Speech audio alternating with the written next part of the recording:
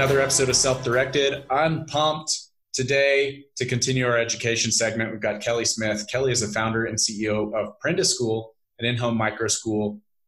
I'm going to let you talk more about Prenda School before I start describing it. But just to kick it off, welcome to the show. And, thanks, Mitchell. Good to be here. Let's start there. What is Prenda School? So Prenda is a new kind of school. We describe them as micro schools. And what we mean by that is 5 to 10 students that are kind of close in age that meet together in a house or an informal setting. They own their learning in a way that's really empowering, but it gives you kind of structure and guidance to the adults that are kind of facilitating all of this, which, I'm sure you've talked to people in this space, but that can feel a little daunting for the adults. So we think of it as scaffolding, create this environment. Our whole mission is to empower learners. And what's really fun about it is there's lots of people out there, adults, who are capable of delivering this type of environment, which is really empowering for kids. So our growth has been strong, and we've been excited to reach lots of kids that, may otherwise have different ideas about, what they are and what they're capable of as a learner. Yeah, that's awesome. Thanks for sharing more about that. I want to come back and talk more about Prenda School in this conversation, but I want to dive a little bit deeper into your backstory too. Everything that happened leading up to Prenda School. Let's start with your career. What were you doing before? I mean, we could start at age 5, really. There was this seriously striking moment in my childhood where I got in trouble for coloring wrong. This is a true story. I was moving my arm around to get different spots, and the teacher told me I should change the paper around. And as stupid and small as that seems, it was this defining moment for me. It was my goal. The way that felt for me was basically my goal was to never get in trouble. And so I did everything that every teacher wanted me to do.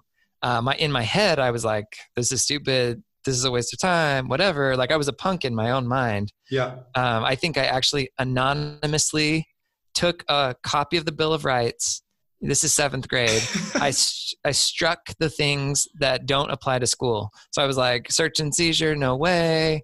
Free speech, no way, right? All these things. And I posted them, but passive aggressively, right? I posted them around the school because I was trying to make my point that this is this strange oppressive regime, but I, of course, never got in trouble. Yeah. I got perfect grades. I mean, I was the salutatorian at my school because the guy ahead of me had access to one additional honors class, but I would have beat him. I got all A's. I never got above a 91%. So it was this game for me to do the minimum amount. It was actually, I was trying not to learn in a lot of ways, which I look back on with chagrin. It's my goal was to play the game well, and I did that. And I got into school, and I got a scholarship, and I went on to do other things. I ended up, I think a lot of kids who do well in school, I ran into my brick wall was, I got to grad school. I was at MIT. I was surrounded by people that were way smarter than me. And I was doing math and physics that I had never heard of before. It's I'm ill-equipped to be here. I don't know the material. What was scarier than that for me was realizing that I didn't know exactly how to learn. So it was not only do I not know the material, I don't even know how to get it. And that's an identity crisis, there was this whole breakdown moment. And fortunately I had done hard stuff in other domains of my life. I was already married by that point, for example. And, my wife's awesome and we have a great relationship, but that anybody who's been in these relationships knows that it takes a lot of work and you have to be humble and you just have to keep, trying at it. And that type of learning had not been my experience in school, but I had done it, in other places. So that was me up till that point. I ended up leaving grad school earlier than I thought. I was kind of thinking about a PhD, but I left with a master's in nuclear physics, and I went to technology jobs. And I just worked, I got interested in engineering at first. So I was learning different computer programming languages and trying to build numerical models that do different things. I got into data science, regressions, and some of these just fun stuff. It's cool because you can learn any of this on the internet, and the learning almost began after I left. I learned a ton in school, but it was interesting to just tackle one thing after another I got into the business side of things, marketing and product management and some of those aspects. And then at one point I sold a small software business. It was really early stage. And I was working for the company that acquired it. I was working remotely. I didn't need to be anywhere. I moved back to my hometown, Mesa, Arizona, just outside Phoenix, and started teaching kids computer programming as like a volunteer initiative. It was never meant to be, like a real foray into education. But once a week for 5 years, I was at the public library, with my own kids, but other people's kids too. And I was technically a library volunteer.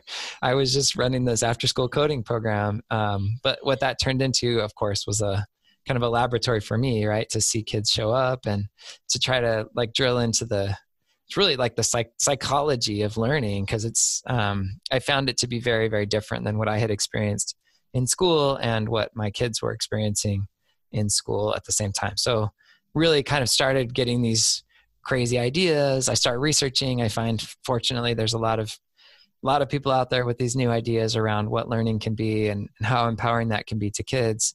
And then my goal was like, okay, well, how can I get involved? What can I do to help? The real question was like, can we take these things that we're figuring out through Code Club and apply them to regular, school? Because, one of it was like, we were started on the assumption that you can learn computer programming on the internet, right? Yep. If you know where to look and you have the discipline to stick with it, most people don't. And so Code, what that did for people was it provided this human environment. It's very like the energy was important. Like the people in the room were important, even though you're working on computers and doing your own thing.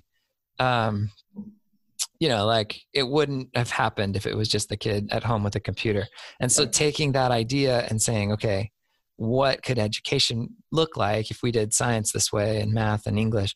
And so then like any, self-respecting entrepreneur, I pulled my kid out of school and talked my friends into pulling their kids out of school. And I spent a semester just kind of like inventing it. We called it a micro school. It was 7 kids around my kitchen table, and learned, as you can imagine, like a lot. It was a crazy semester, and then another semester of, multiple people doing that, and the rest is history, as they say.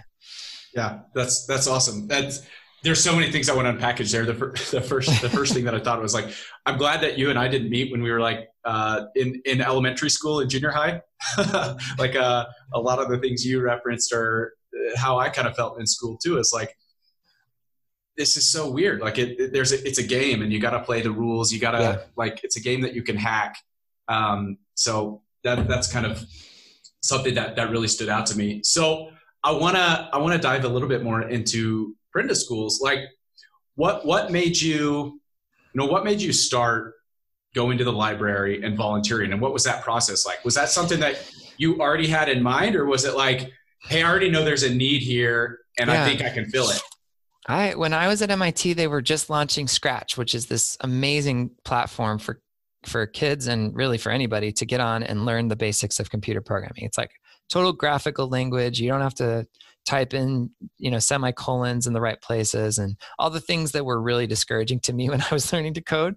So when I saw it, it of course like captured my imagination. I was using it. I have memories of having my son, who was born while I was a grad student, sitting on my lap, and we're like inventing things together. And I'm asking him questions about like, well, how big should this like meteorite be? And, it was this process of like co-creation. I mean, I had to do a lot of the logic and the programming, but that had been in my, backstory, and tools like that are emerging. So I'm thinking, anybody can learn computer programming. I, agree with Steve Jobs on this idea that people should learn to code, not because they're all going to be coders, but because it teaches you how to think and it forces this level of like rigor and discipline. In fact, I told my kids, you should learn chess and computer programming. Like those are 2 things that, like do whatever you want to do, but those would be good for you. And so when the time came, like we had moved back to Arizona. My son was 8 at the time, and he was it's a good age, to start thinking about this stuff. And I said, you know what, you and I can do this at home like we've been doing it, but we might as well just go to the library there's a kind of a low income neighborhood around the public library in my town. We just put posters up and said, learn how to make a video game, and kids just started coming. It was so fun. It was really a blast to just, for me, it's this puzzle of each kid is so different. And when it wasn't a mandatory curriculum and I didn't have stress around like, you have to learn these things by this day, which I didn't know much about education, but I've since learned like, oh, it wasn't actually the teacher's fault at all in any degree. It's like, there's all these constraints, right? There's all these things that are handed to them. And so without any of those constraints, it was an opportunity to just invent a learning space and have it be the way that, it was obviously modeled after how I learn, but I'm iterating this and seeing all these different kids come in. So Code Club really did become a laboratory for me. I'd see these kids come in with, like all this negativity. I hate school. It's so awful. I got suspended again for behavior, whatever the thing. And almost unanimously, they hated it. And then I would watch them like solve these problems that were way harder than anything they had to do in school. I'm like, you're capable of whatever you want to do, and that became a pretty impactful moment for me, was to see that it actually had nothing to do with content or with brains, and much more about like the human side of all of this. And just like this choice, like, do I want to learn that or not? Actually, this just circulated in my team. There's this great Calvin and Hobbes where his dad is sitting there with them and he's like, why don't you like school? Like, you love reading. You devoured every single book about dinosaurs. And Calvin goes, they don't talk about dinosaurs. It's like his choice was dinosaurs, and at school he didn't get that choice. And so a lot of those ideas then transferred over, right? One of my founding assumptions is like, to empower somebody as a learner means to trust them with that, right? And give them as many choices as you can give them in the process. And that, in a lot of ways, like bucks traditional systems and structures. Yeah, that's something that I love. That I love the Calvin and Hobbes reference too. But that's so true. Like, I think that we've run counter to this a lot when we think about like what we're doing in Praxis, but also like with a lot of the other education models and like micro schools and kind of the newer things that are coming up. Is it's combating this idea of everybody that went to public school that already knows there's a problem, because everybody asked, when am I going to need to know this in the real world? And that's a frustration, I think, that is universally felt for anybody that's gone through traditional education. And when I zoom out and think about, where are people now? Where are people who went all the way through traditional education? Like, how much of that knowledge that was crammed into their heads do they actually care about, or do that, is required to do their daily jobs? And I think that's the frustration. If not the primary driving point, I think that's got to do that has something to do with the momentum that alternative education is picking up. Yeah. I mean, look, like, so much of making a decision as a human is sort of like crafting some kind of vision for yourself. Like, this is what I think I love. This is what I'm interested in. And then it's like, okay, how do I get from here to there? Right. And then it's, okay, I'm going to fill these in. I'm going to learn these skills. I'm going to practice, get really good at these things. Nobody invites you to do that, right? Nobody asks you that question. I shouldn't say nobody. There are exceptions throughout, right? Like amazing people who do that because that's who they are, and they find a lot of meaning and value in that. But there's no like guarantee that you're going to get that. And unfortunately, the people probably that need that the most, that have no one else in their personal life offering that, they're probably less likely to get it anyway. So the question is like, how do you set that big vision for yourself?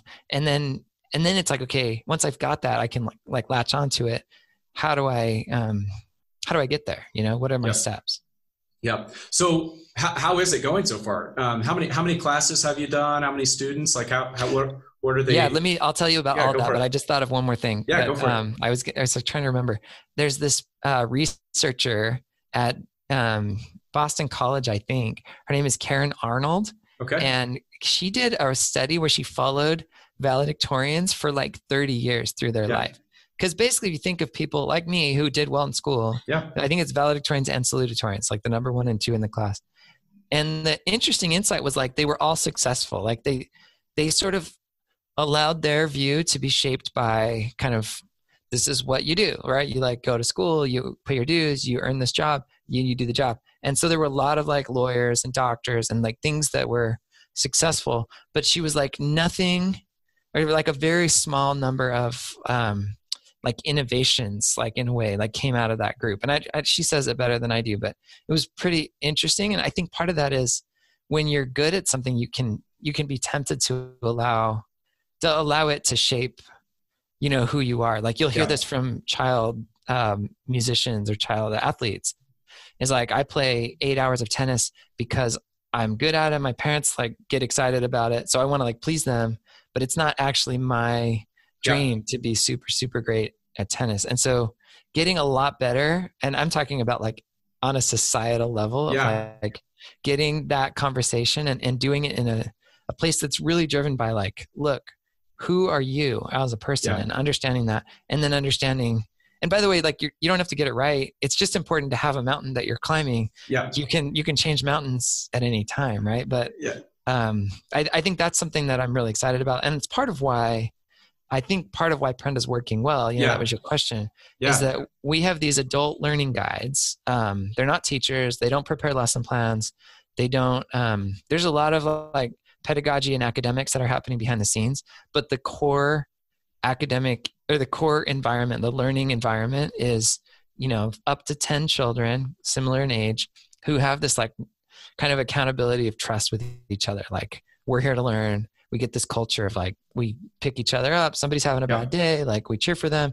There's this really good like vibe and culture in these settings. And then the adult is a guide, right? They're literally there to help you climb that mountain, to help you choose a mountain and to help you climb the mountain. And they get a lot of training and help. But I mean, to be honest, like they're the right type of people. We choose people based on like, can you do that for a child? And that's, it's not something that everybody can do. And it takes a lot of work, and it's really messy. And any of our guides would tell you like, it's hard because one day they show up and they're like, yeah, I'm going to go. And they work real hard. And then the next day it's just like, you know, it's human and it's messy.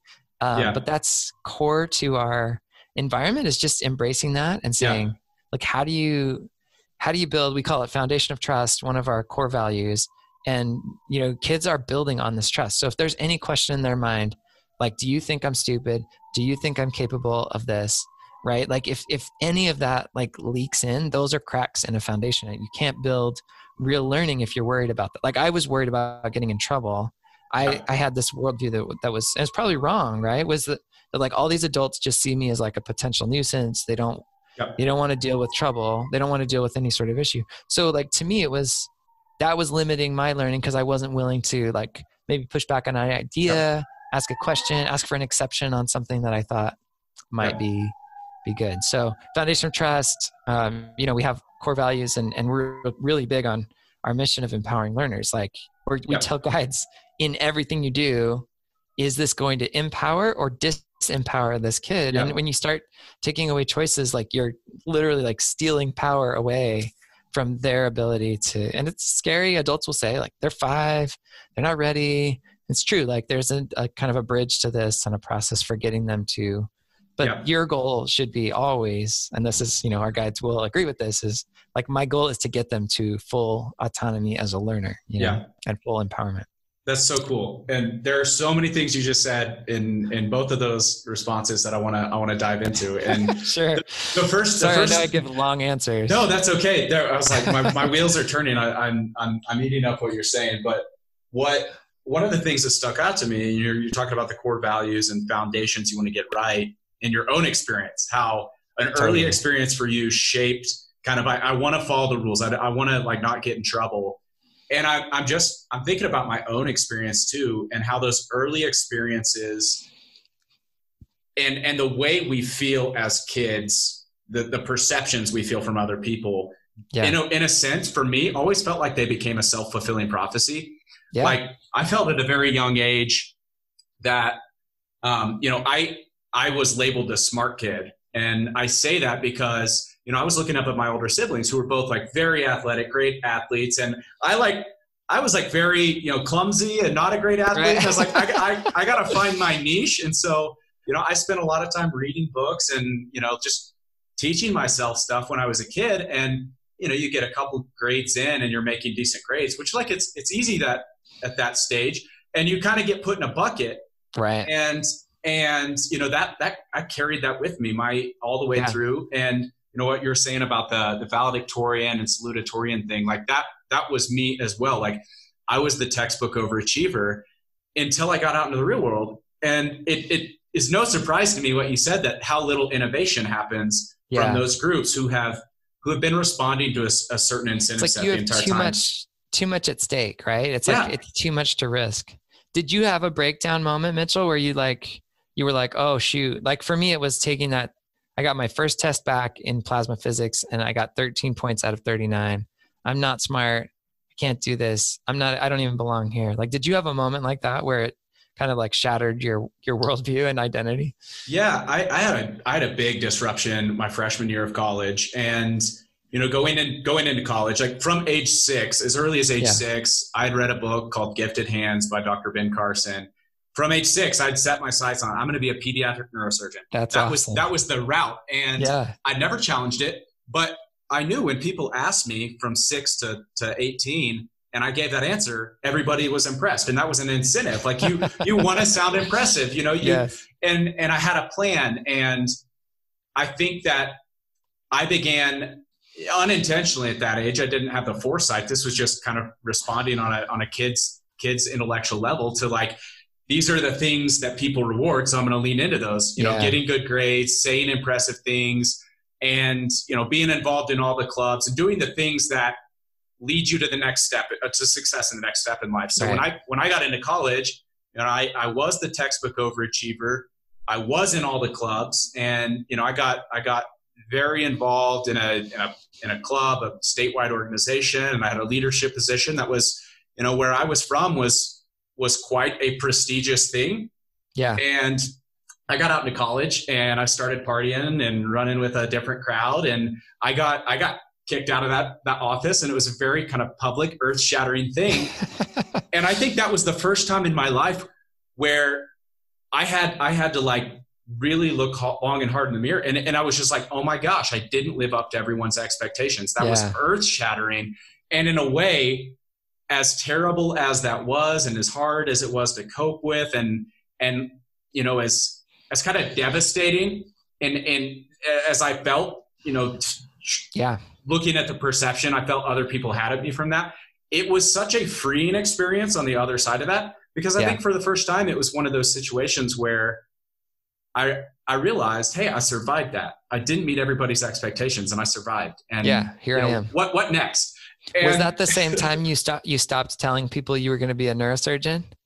Yeah. So around the same time, it would have been, probably 6 months later, but this was kind of in the aftermath of connected. That. Isn't that interesting? Yeah. I was studying biochemistry and, starting to get into kind of the upper level of chemistry. And I was learning a lot more about what my life might be if I continued down this path. Yeah.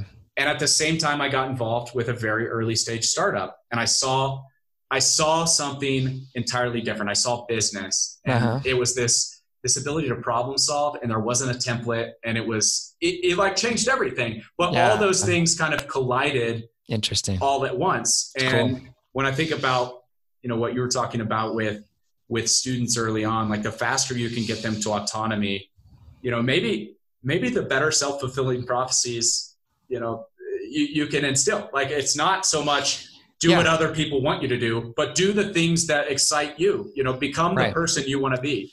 Well, and the world needs you. I mean, this is part of the message, right? Is like don't think of your goals in terms of like what someone else wants. Like, think of things that you're interested in, understanding that you're going to like learn a lot more as you go forward. So be willing to change which mountain you're climbing. But as you're moving forward up these mountains, like you're building chops and skills and talents that will be so much bigger than, what you think is selling yourself short. And you look around and it's like, how often is our own mental model just like crippling ourselves or putting walls and limits?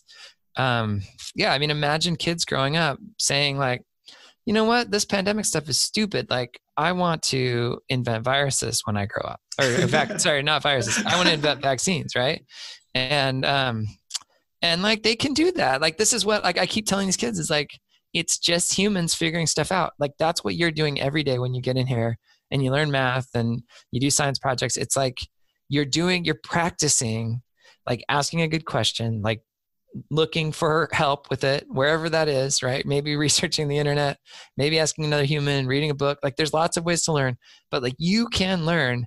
And with that comes this, should hopefully come this enormous power, right? It's like I can do whatever I want. And if that changes, great. Like then I'll do that other thing. And I think it's so fun to see kids take that, accept it at a young age. In some ways you have less unlearning to do. Adults walk around with all this scar tissue, built up all this armor. Like I can't do this, I can't do that. But like a kid, they're still open to it, and you can get them to, be willing to set the armor aside, be wrong, be vulnerable, but like that's the condition that is necessary to really do the learning.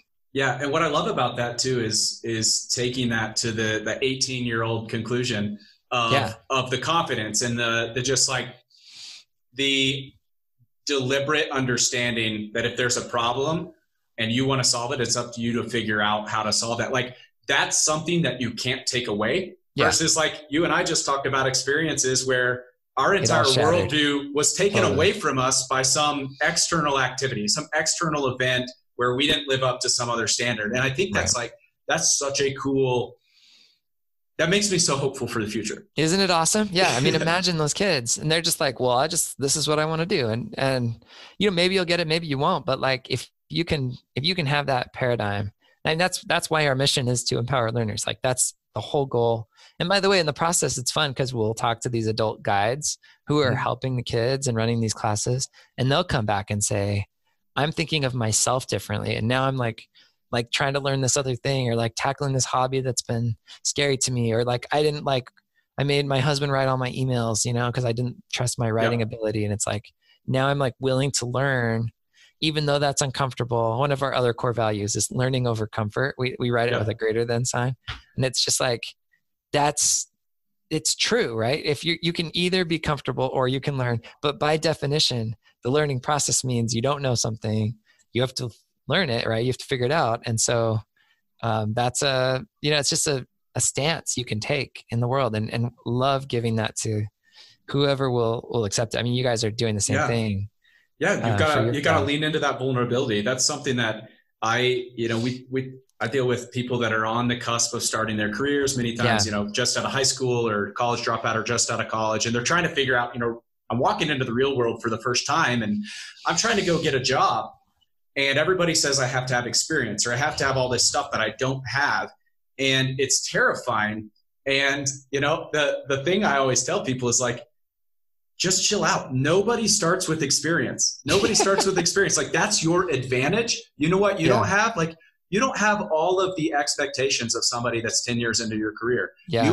You have your time is worth less. That's a superpower. Like you have the freedom to spend more time solving a problem. Like you have, and many times when you're still early on, like you have a lower cost of living. You don't have as many responsibilities or obligations. Totally. Those things, if you lean into those vulnerabilities, they can be superpowers for you. But if you walk out into the world scared and taking kind of some of that scar tissue you mentioned earlier, that scar tissue from school where you don't want to show vulnerability. You have to be an A+ player in all your mission. I got to be smart. I have to know the answers.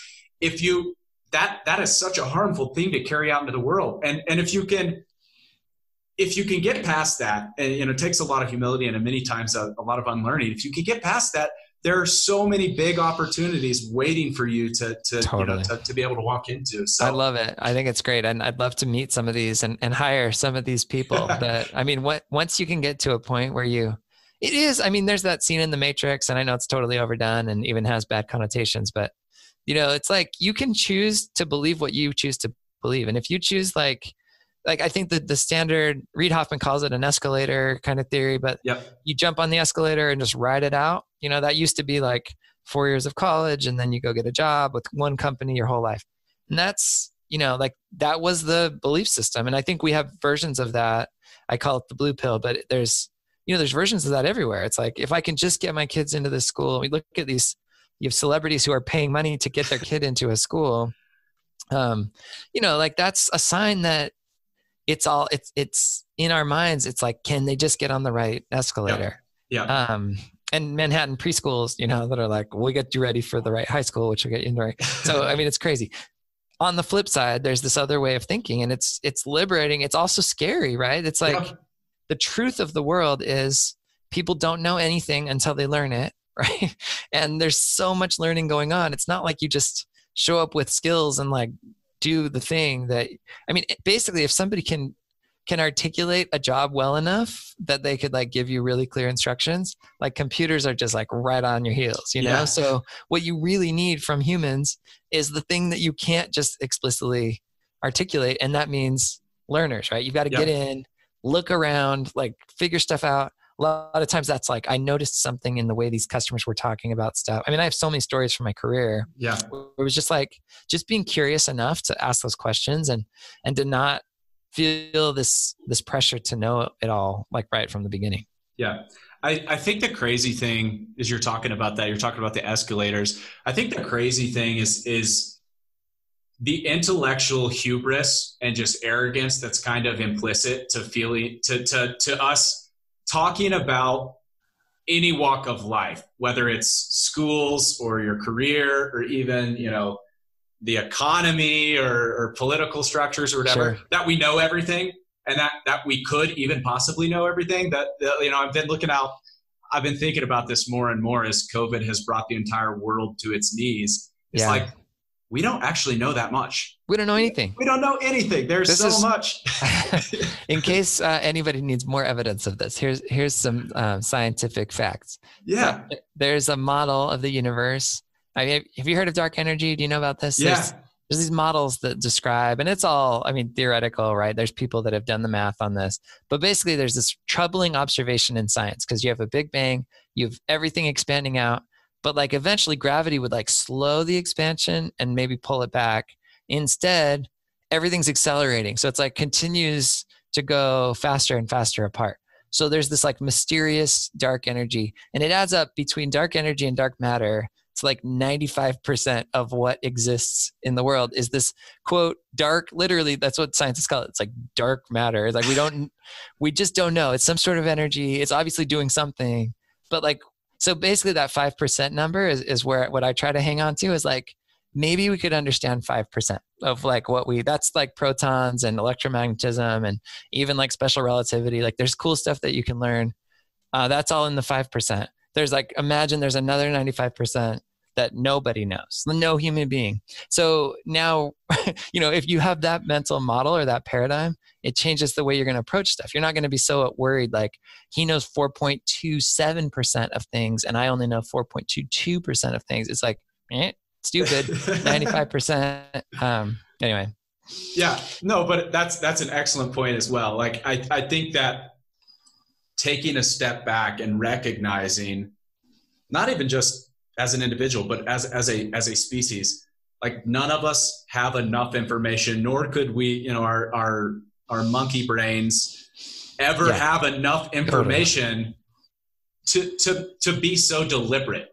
Right. Like so many opinions in the world are so deliberate, and it's like we don't even have enough information to validate a lot of this stuff. Yeah. So I think that you and I probably see this a lot in the education space and doing an alternative, and that's why I wanted to ask you this burning question: like, how do you handle the people who talk about walking kids through an experiment, an unproven process? I know that we've dealt with this kind of argument a lot, but I want to hear your take on this too. Yeah, I mean, look, one is we just decided early on not to sell Prenda, right? So if people are listening to me and they're saying, like, I believe very strongly in a high school transcript with like very clear letter grades, and that somehow connotes like something really important about your life and your learning, like, I totally respect that. Like you can believe that. And I call that the blue pill. And it's like,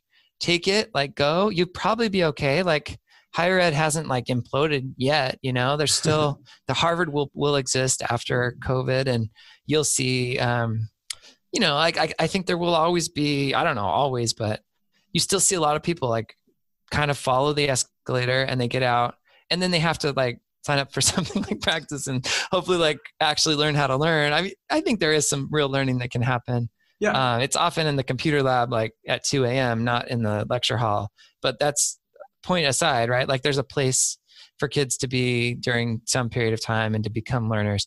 Like I think the main thing for me is like, can you take the other pill and say, I actually don't believe that. Like, I think the things that matter, there's this great Plutarch quote. So I'll put this out in most of the times. I'm sure you've heard it. The mind is not a vessel to be filled. It's a fire to be kindled. If you think about those two mental models, you can tell I love analogies. Like I use this. You have like most of our traditional system, especially with like testing and accountability, is like, what do they know at this point in time? So it's like, pour it in, pour it in, pour it in. You're like filling my kids, brains with information, hopefully long enough for them to then answer the right things on the standardized tests. So like they move up, everybody, it's well-intentioned, but that's the mental model, right? If you're trying to light a fire, like if you believe Plutarch's right, and the goal is to like actually kindle, have you ever like tried to light a fire before with no matches or lighter fluid? It's this like voodoo art form. You're like blowing on things, you're holding it in your hand and you're like trying to get the right things on it, and you're striking flint and steel or rubbing sticks together. I mean, it's like really, really hard. It's this like, sometimes you're dancing, just like Friction, hoping. yeah. But like, imagine trying to do that and then having somebody come around and like pour water in everybody's heads. It's like, it's exactly the wrong thing, right? It's like, you don't want the water poured on it because that like puts it out. It's not just that it's like not helpful. It like actually goes the opposite direction. And so when I talk about this, there'll be parents that will listen to this and say, I don't know, like I just prefer them to just kind of do their thing. And we say, that's totally fine. Do that. There will be other parents who are like, yeah, you're totally right. Like we want to spotlight fires. We want to take the red pill. We want to do this differently. And when they believe that, then their first question is usually like, oh, that seems kind of hard, like how are we going to do that? Yeah. And so fortunately, like we have some experience helping and giving you the tools and skills to be able to create that for your kids, where like maybe a full leap into homeschool or unschooling or something feels scary. Prenda's a great, proximate solution that still has, this like social community and then aspects of it that feel really comfortable. Yeah, that's awesome. That's awesome. I love that idea of just accepting that it's not for everybody. Yeah. Like that makes it so much easier to sleep at night sometimes and getting worked up. Like somebody told me that my idea is stupid or that they don't like it. But yeah. You can't. And we learned that the hard way because there were people in my immediate circles, like, friends of mine who I love them and still have a great relationship. But they would send their kid because they think I'm smart. I'm this like MIT guy that's going to like turn their kid into a genius, but they're still like adopting that escalator model. And so by the end, it's like, it gets a little stressful. It's like, well, wait a minute. Like I thought, and it's like, no, that's not like what I meant to promise, but I just wasn't very clear about it at the beginning. And I've had to like get super clear about that. It's like, this is what Prenda's about. And we just say, our mission is empower learners. I've said it like 4 times on this podcast. I say it over and over and over again. It's like, if you want your kid empowered as a learner, like come to Prenda. And if you have other goals for them, like that's not what empowering learners is, not what most schools are trying to do. So do something else. And that's totally fine. Yeah. It's not just a different escalator that you can put on and it's like, our escalator is better than your, you think about, and even like charter schools, there's tons of charters in Arizona, there's private schools, but usually the selling is like, it's almost like doubling down on the escalator because it's like our escalator is a better escalator. You look at stats like this percentage of our kids go to college or go to Ivy League college or whatever. And it's like, that's escalator talk. We don't, hopefully my like stat someday will be like Prenda kids that are empowered as learners, like are happy. They have good lives, they do something meaningful that they care about, but that's scary to people, right? Yeah. I mean, we've run into that the same way with Praxis. I mean, the people who have objections to, but even the people who come to us and say, hey, I think this will look great on my resume. I'm like, well, that's not the point. Like we're not trying to pad your resume. We're trying to help you find a more fulfilling life, a fulfilling career, like, discover what makes you come alive. That is a tough thing. This isn't this isn't just another credential. Right. So this has been great. I want to ask you, One final question. I'd love to hear your opinion on this, because Sure. you've got a ton of great insights about education, and then, you've been drinking from a fire hose the past few years, it sounds like. So when you think about the future of school and education, what are you most optimistic about? Yeah, I mean, it's empowerment of learners, not to beat a dead horse, but the horse is alive. One of the things that's pretty interesting with this COVID, and obviously we would prefer a pandemic free world, right? But you have this like adoption curve, and there's people that are like, that's the weirdest thing, I would never do it. There's people who are kind of neutral in the middle, like maybe, but I don't know. And there's people who are like, oh, right on the fence, like that maybe could work. The experience that people have had at home with their kids, and lots of parents are now, they have their kids at home, has basically moved that whole curve over just a little bit, right? So people who are like on the fence are like, sign me up, let's go right now. And people who are thinking about it, or they were thinking kind of neutrally about it, are kind of like interested now. They're like, wait, what is this? Like, maybe I could. And so as you start to change the dialogue, right? Change the conversation around what is school even about? What does it mean to be a learner? What is empowerment? Like, how do we, there's the hows of it, but I think the first question is like, what are we really trying to do?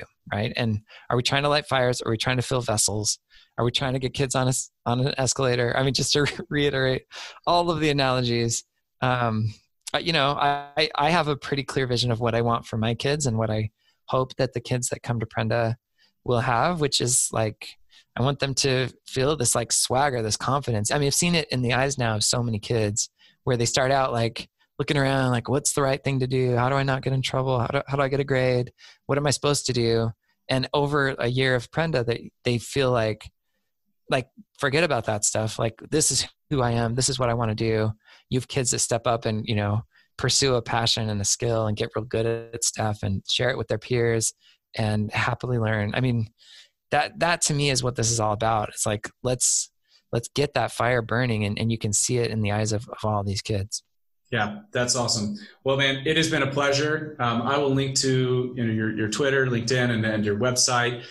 Just in closing, if you could recommend one read, whether it's a blog post, a book, a podcast, whatever it is, one piece of content for the people out there who are on the fence, red pill, blue pill, education. What should I go? What content should I go seek out? So I wrote a red pill, blue pill article. You're welcome to read mine, not to like tote my own. There's a Paul Graham essay about hackable tests. I'm sure. Oh, great! I've got that one too. I can get you the link, but yeah, I mean, I think that's helpful to people, especially if they're kind of torn or they haven't had a chance to really, because it's in there. I think a lot of people have a sense of it, but they haven't spent a lot of time like kind of shaping their ideas. And so when you read what Paul Graham wrote about this, it's like, oh yeah, he's clearly saying like what I was feeling, but that's enough in a lot of cases for people to think, just to make that decision to think differently about it.